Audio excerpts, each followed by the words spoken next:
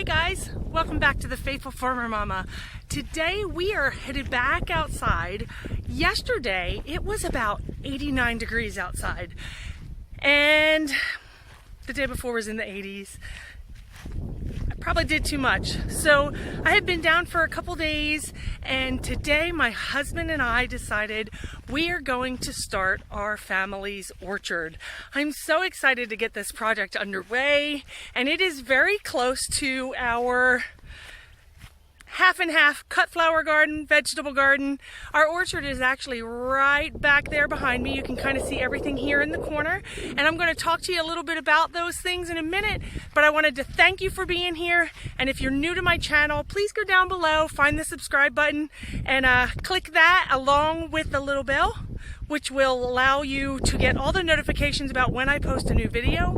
I am so super excited about this project and I'm really grateful you're here. Thanks guys, and let's get this thing started.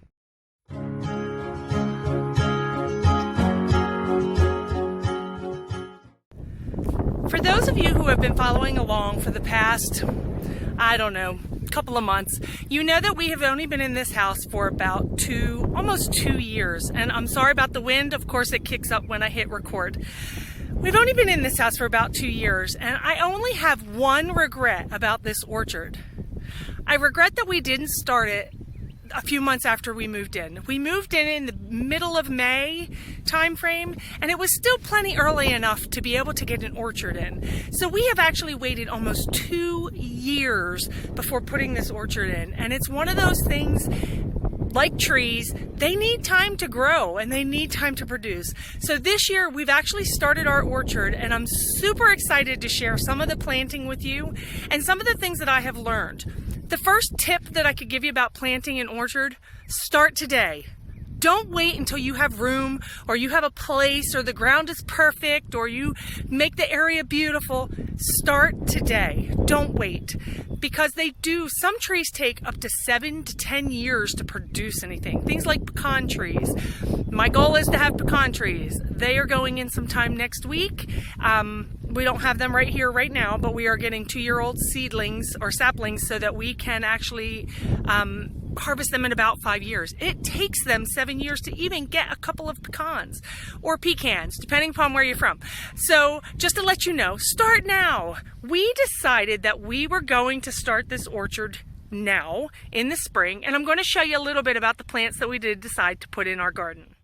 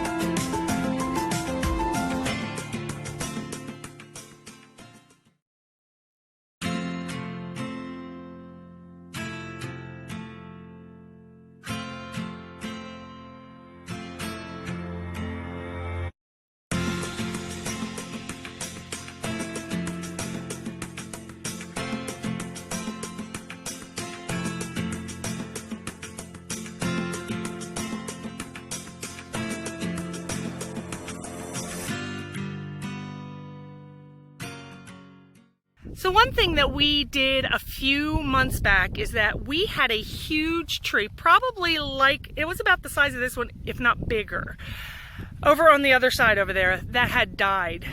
It was dead when we got here, but it started to fall and some of the branches were really, really large. So we decided to pull it down, pull out the stump, and burn all of the branches and give us some extra firewood also, because we have a burn pit that we like to use in the backyard during the summer so we can sit outside, watch movies, swim in the pool. We like to just kind of have a campfire and do things like that. So we are actually burning branches. Join me as we do that and load up the trailer with our burn wood.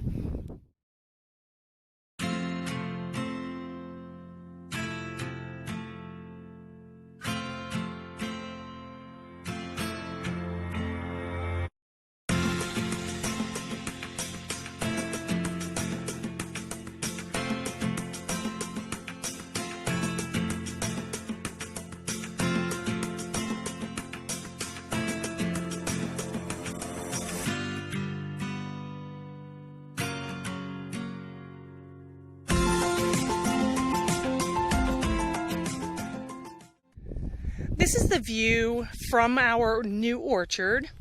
It is an absolutely gorgeous view. I love all the hills in the background, and I love that we have some neighbors, but they're pretty far away. If I actually scroll back, it's really kind of almost hard to see them. So it's kind of neat, but this is where our orchard will be. Over here is our pond, and then we have our orchard. So we are starting pretty small with some things, and then we are getting bigger as we go back. But I'm going to tell you about those things.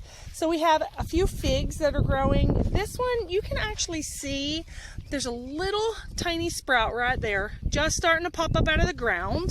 And this has only been in the ground for probably 3 or 4 days. And then this is another fig that we have, and this too. I love to be able to see new blooms on things. It just makes me so excited because green means that there will be fruit coming.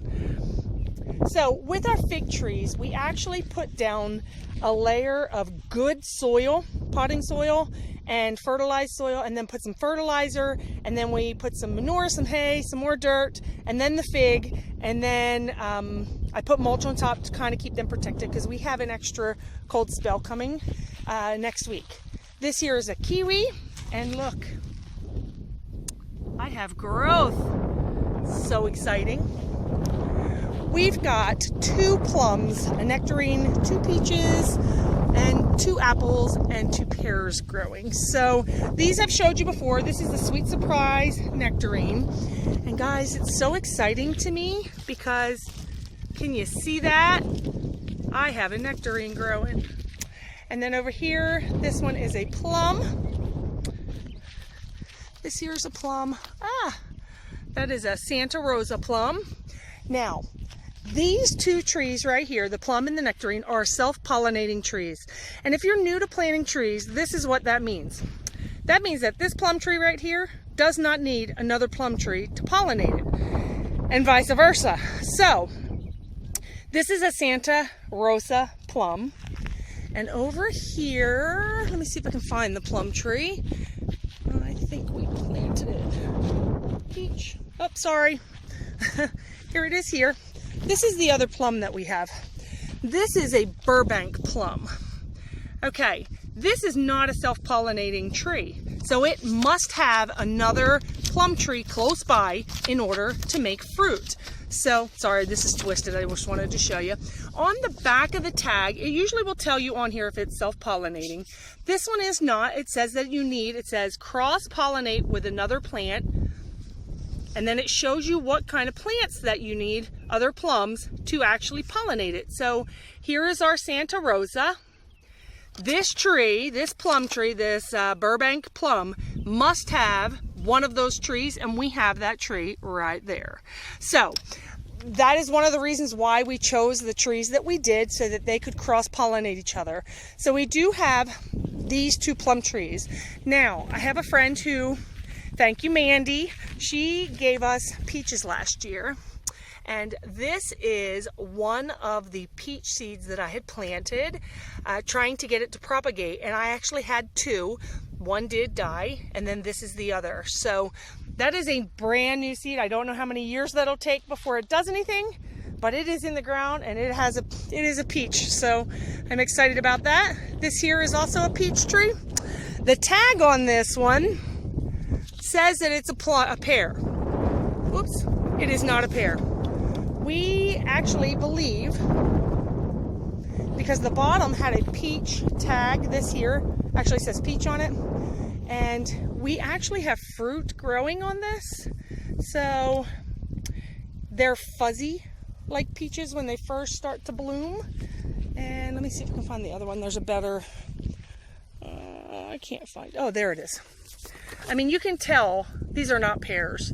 To me, these look very much like peach, and the leaves even look like a peach tree. So this over here is a pear tree. This is a kefir pear. Super yummy. Also must be cross-pollinated.